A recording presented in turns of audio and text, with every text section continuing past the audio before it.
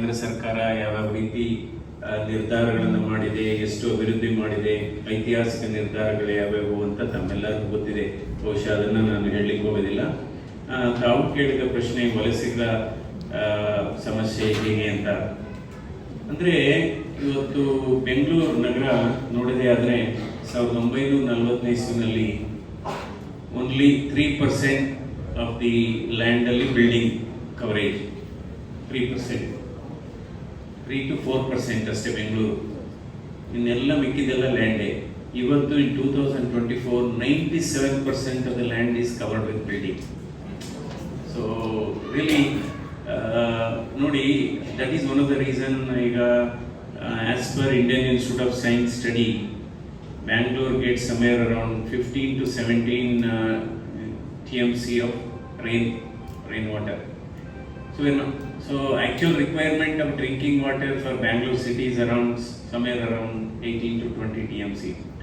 If you can able to really harvest this rainwater, I am not talking about building residential harvesting. Public water has to be harvested.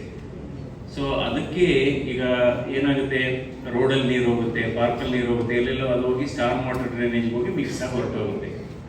So ಅದಕ್ಕೆ ನನ್ನ my way of thinking is there has to be a separate rain water harvesting authority ಅಂತ ಮಾಡಬೇಕು for the entire Bengaluru city.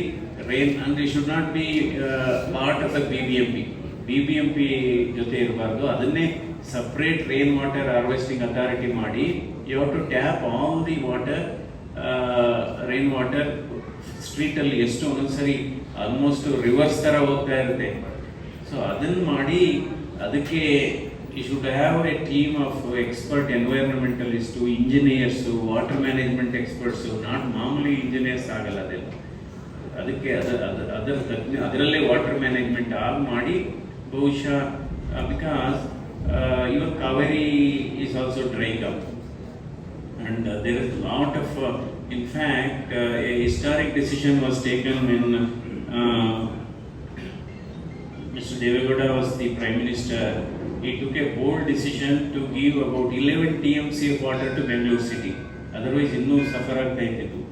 Because even if you want to draw one drop of water from Kaveri, then what is allocated, it goes to Supreme Court, it goes to Kaveri Water Management Authority and all.